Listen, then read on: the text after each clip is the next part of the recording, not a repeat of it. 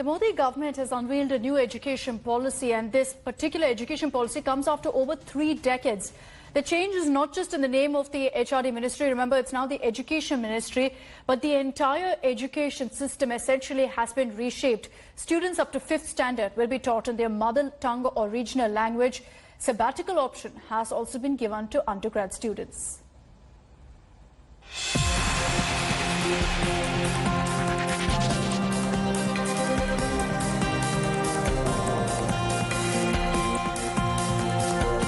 India has got a new education policy after 34 years, and it promises sweeping reforms in the entire system of learning. To begin with, the Human Resource Development Ministry has been renamed as the Ministry of Education. Both UGC and Technical Education Council have been merged. The new policy has overhauled the school and higher education system. Among the big changes in school education, the medium of instruction till grade 5 will be in mother tongue or regional language.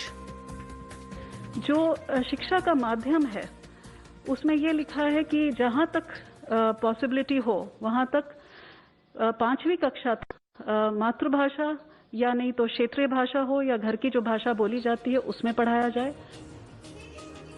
The new policy has a big focus on vocational studies. In fact, vocational education will start from class 6 with internships. In a bid to ramp up digital learning, a National Educational Technology Forum will be established.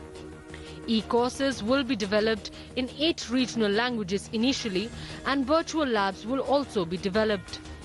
In higher education, now there would be a single regulator for all institutions, except for the law and medical stream, and MPhil will be discontinued.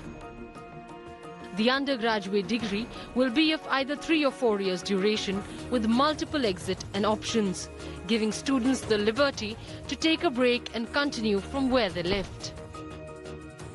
Multiple entry and exit system में ये रहेगा कि 1 साल के बाद certificate, 2 साल के बाद डिप्लोमा, 3 या 4 साल के बाद डिग्री. जैसे बैंक के सेविंग अकाउंट होते हैं, वैसे ही एकेडमिक क्रेडिट में डिजी लॉकर के माध्यम से हमारे वहां पर क्रेडिट रहेंगे. The 4-year program may also lead to a degree with research if student completes a rigorous research project. The new education policy comes after deliberations over 6 years. With the coronavirus outbreak disrupting learning, changes have also been made to reduce the content load in curriculum. Bureau Report, India Today.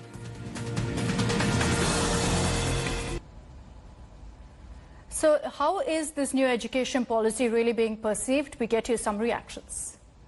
In order to provide the comprehensive umbrella for the role of this ministry, which will promote not only human resource generation, new human resource creation, but also promote research, promote education of all types, whether it is mainstream, whether it is vocational, whether it is professional, and also work with the international bodies for major cooperative programs. It will deal with all aspects of education and not restrict itself only to human resource development. स्कूली शिक्षा में RTE को 3 साल से 18 साल तक करना इस बात को देखता है कि अब ड्रॉप आउट्स में कमी आएगी ही, और उच्च शिक्षा में भी अनेक इनोवेटिव परिवर्तन हुए हैं, जिससे हमारा देश कल किसी भी डेवलप्ड कंट्री के शिक्षा के बराबर हो जाएगा. अभी तक कई चीजें ऐसी थी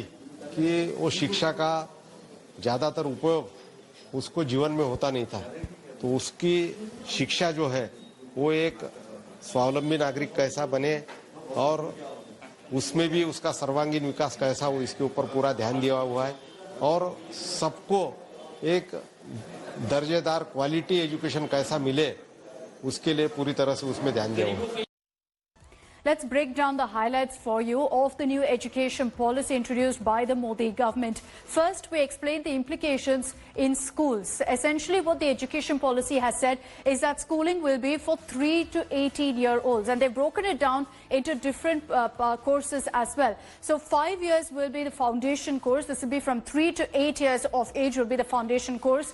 Then 3 years, so that's 9 to 11 years of preparatory course. And then you have middle education, which will be from 11 to 14. And finally, the final 4 years will be that of secondary learning. The interesting point that the education policy has also highlighted is with regards to the 3-language policy. That's always been there, that continues.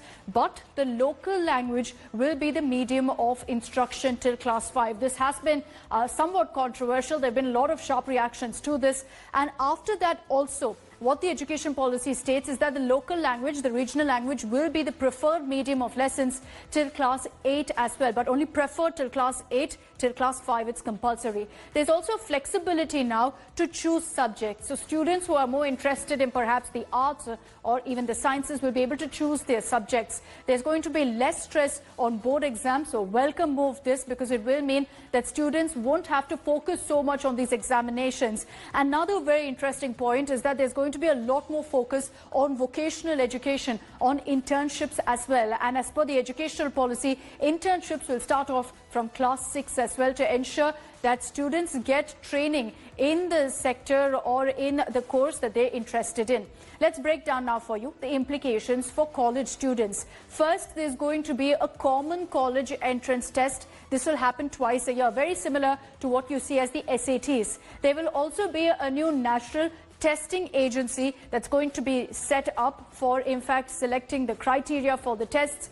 A 4-year bachelor's program, irrespective of which course you choose. If it's a Bachelor of Arts, a Bachelor of Science, it's going to be a 4-year program. Students can also take a break. So this means that they will have the option of taking a sabbatical and then completing their degree later. This wasn't available in India before. It's available in many other countries. There's also going to be autonomy for colleges to go ahead and give degrees, which means that there's no more affiliations with universities. Colleges will have a lot more freedom to hand over degrees. And this is something I pointed out. No more affiliations with universities. There's also a proposed fee cap now for private institutions with regards to higher learning. Another welcome step. There will be a fee cap that's decided upon by authorities also for private universities, and this is for higher learning. Another boost with regards to also ensuring that there is a lot more correspondence between Indian universities and foreign universities is that top Indian colleges will be setting up a foreign campus. And besides that, global varsities will be given a lot more space to enter India. And this will be to ensure there's a lot more exchange of education, a lot more exchange of student programs that happen. And these 2 points that I mentioned at the end will give a boost to that. So these are the highlights of the implications for students who are in school and students who are in college. Hi everyone, Preeti Chaudhary here. Hope you like this video. For latest news and analysis, like and subscribe to the India Today YouTube channel. And don't forget to press the bell icon to stay updated. Thank you for watching.